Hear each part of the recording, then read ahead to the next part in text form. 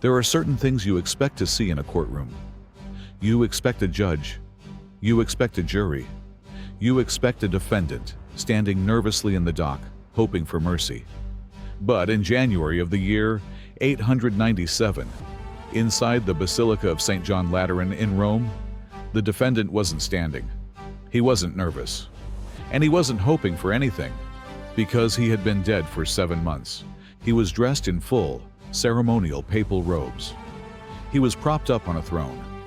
The smell in the courtroom was unbearable, a mixture of incense, trying and failing to mask the scent of rotting flesh.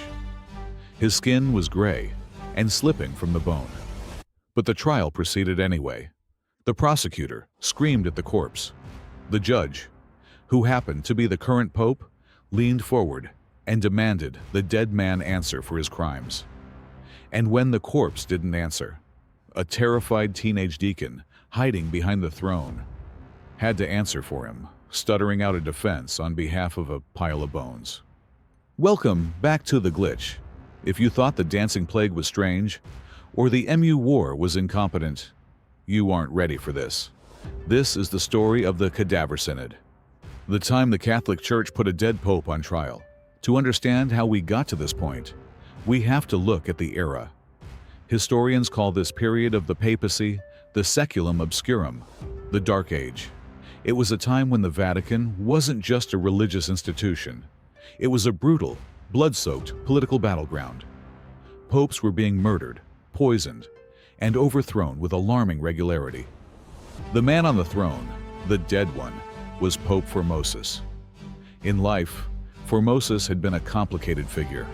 He was brilliant, ambitious, and deeply controversial.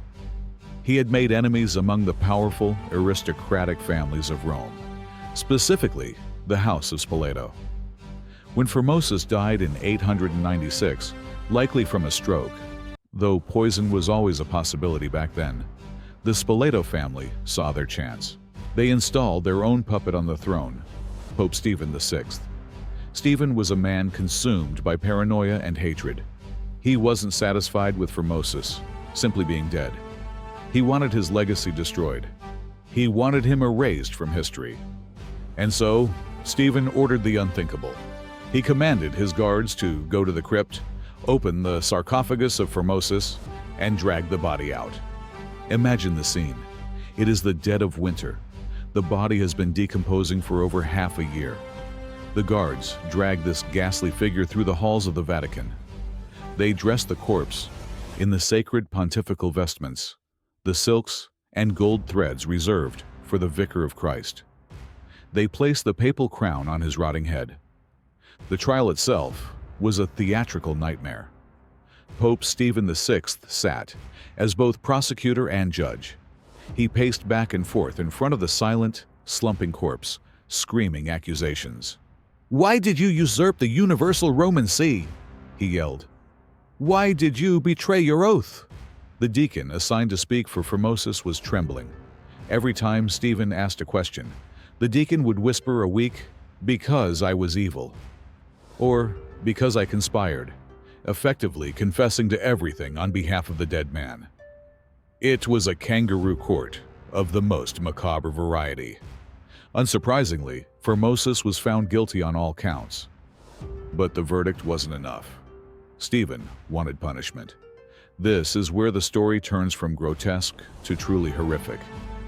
The court declared that Formosus's papacy was null and void. All the acts he had performed, all the priests he had ordained, were invalid. Then, they exacted physical revenge on the body. Stephen ordered the 3 fingers of Formosus's right hand, the fingers used to give blessings, to be hacked off. The body was then stripped of its royal robes, dressed in the rags of a beggar, and dragged through the streets of Rome. Finally, they tied weights to the corpse and threw it into the Tiber River. The ultimate insult, denying him a Christian burial. But history has a way of balancing the scales. The people of Rome were horrified. Even in the Dark Ages, this was too much. A rumor began to spread that the body of Formosus had washed up on the riverbank and had started performing miracles.